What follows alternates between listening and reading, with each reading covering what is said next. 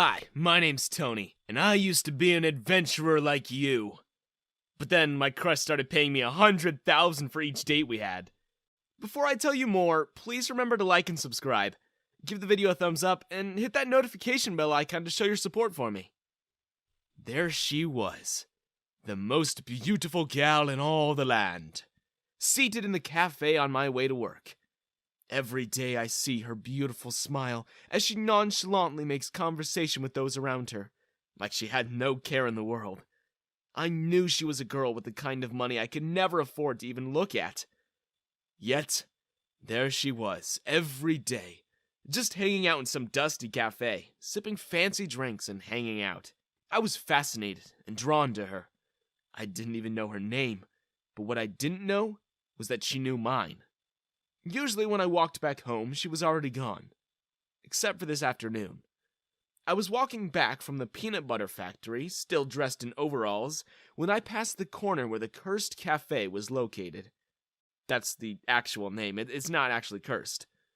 Although, I guess there are those rumors of ghosts and other foul occult activity taking place there.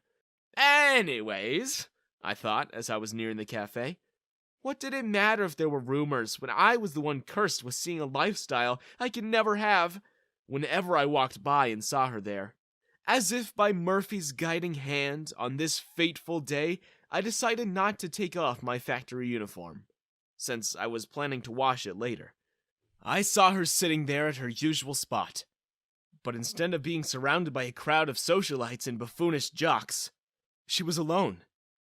Now I may not be smart, and I may not be traditionally handsome, but I could spot an opportunity when I saw one.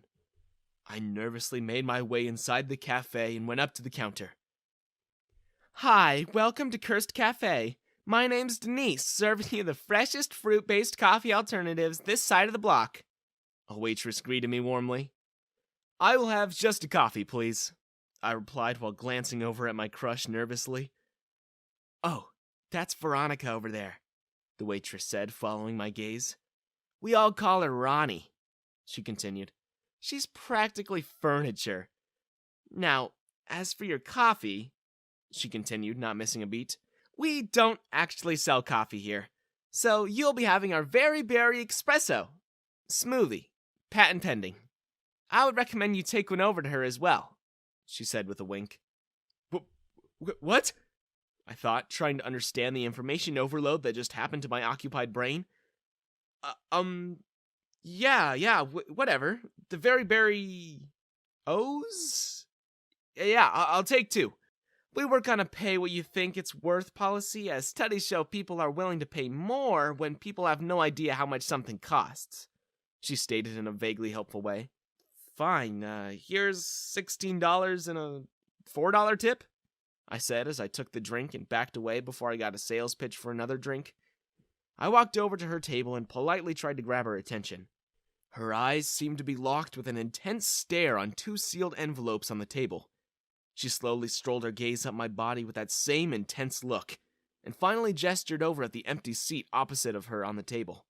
You finally got the courage to make a move, huh? She bluntly asked. I felt my face turn red, almost instantly. How did she know I was checking her out before? I thought, as if reading my mind. She continued. Oh, please. I see you walk past here every day, scoping me out. Wondering what it would take for you to go out on a date with someone like me? Well, I was unsure how to answer, so I decided to just go for broke, since I was already this far. What could I lose? I thought. I'm sorry if you took offense. It's just... I think you're absolutely gorgeous, and I've been wanting to say that to you since the first day I saw you as I was passing by, I blurted out, gaining certainty as I continued. I know it's not my place to ever assume that a lowly, peanut butter smith such as I could come to know a lady of your magnificence, but I thought I would rather die rejected than not knowing. You know? Suddenly, she got a really serious look on her face when she said, 2 envelopes lay before you. You may choose to open envelope number 1, in which case you will be allowed to keep envelope number 2 and its contents. But you have to execute the mission in envelope 1, Are we clear? What kind of mission? I started to ask, when she said, "The details of the mission are inconsequential. First, you must agree to the terms. To execute this mission, you will be allowed to take me on a date. This is of cardinal importance, but how you execute the mission is up to your own discretion. You may now open envelope number 2. She finished. I was dumbfounded. What was happening? Am I in a game show right now or something? I nervously asked, looking around me for hidden cameras. Perhaps that cat over there is secretly recording me. I had no idea what to think.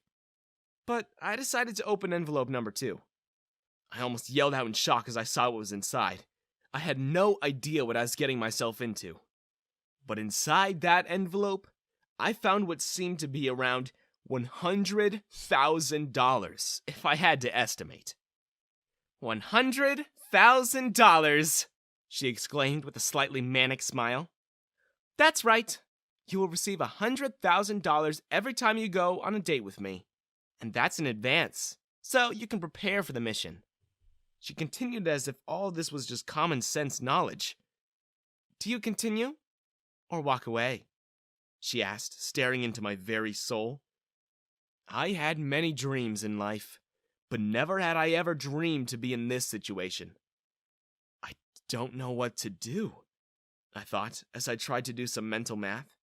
If I worked really hard for the rest of my life as the peanut butter factory, climbing the industrial ladder, I would be lucky to ever see that much money again. The answer was pretty obvious. Take the money, right? I gently leaned forward and opened the first envelope, with the word mission written on it. Inside was a letter that read, Congratulations on making it into the Miss Veronica Munch Mission Courting Catalog. Subject will adhere to the following terms when taking Miss Veronica Munch on a date. Subject must agree to wear nothing but a Speedo for the first date. The subject must arrange for a date at a suitable location for the attire and ascertain that Miss Munch is properly entertained. Should subject fail to meet entertainment's score of at least 9 out of 10, subject's courting application will be denied with immediate effect. The scoring will comprise of 3 categories: creativity, uniqueness, and skill. Your time starts now. We will contact you shortly.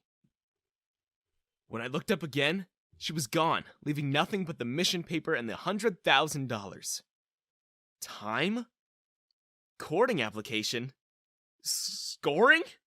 Money? What was this? What had I gotten myself into? I was having a mini panic attack when Denise appeared next to me. More juice? She asked with an all-too-knowing grin. Was she in on this too? I wondered, as I agreed to buy another overpriced drink I could sip on while walking home.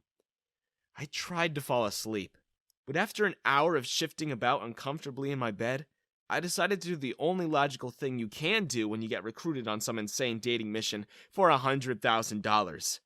I rolled around in the money. It was more money than I'd ever held in my life, and represented a future that I could never have dreamed of myself. Maybe if I can do well enough, I can help my mom, who had recently been in and out of the hospital and needed a break financially. I stayed up all night working on my plan. I phoned in some favors from before I dropped out of MIT. I went to the mall, got a fancy haircut, found a Speedo that didn't make me feel too self-conscious, and rushed to find some of the other things I knew I still needed. At 5 p.m., there was a knock on my door, and I instantly became as nervous as I had ever been. I gathered my composure and opened the door. Good afternoon, I said as I joined her outside. Please, right this way, I said as I had her follow me into my garage. I pulled back a cover and revealed a custom-built Harley-Davidson. I helped her put on a helmet, secured her purse in the satchel, and we were on our way to the beach. She was not dressed for the beach, mind you, but since I was required to wear a Speedo, I figured this was the most obvious place to go. When we arrived at the beach, I removed my safety gear, leaving me in nothing but a Speedo. Luckily, my job was mostly manual labor, so I had a body that could work it. There was a small jetty where my friend waited for us to arrive. On the beach, I had a transparent dome over a table set up with a private chef ready to start a dinner service. My lady, I said as I pulled a chair out for her and helped her get seated. I am glad to be a part of whatever this is, if it means I get to talk to you, I said cheesily. She blushed, and for the first time since I spoke to her, I smiled a bit. Is this what $100,000 gets you these days? She asked teasingly. But wait, there's more, I said, getting up from my seat and venturing over to my friend waiting by the jetty. I proceeded to get onto his hoverboard prototype, and after flying around a bit, flew down to right in front of her on the beach, where I hovered and came to a stop gracefully. I invited her to try and had my friend explain how it worked. We had a lot of fun flying around over the water, before we got back to the dinner service. I had a lot of fun tonight. Overall, I would rate this an 8 so far, she stated a little playfully. Look under your chair, I said as I watched a look of confusion on her face. She reached down and retrieved an envelope from under the chair. In it was a letter indicating a donation of $50,000 made to the local Beaches Wildlife Conservation Society. Okay, maybe we can bump it up to a 9.1, she said. The secret category was compassion, and I know that the rest of the money went to your mother, who desperately needs it for her operations, she said, with tears welling up in her eyes. I think you're going to be a very strong contender, she said, as she opened up her purse and placed 2 more envelopes on the table in front of me.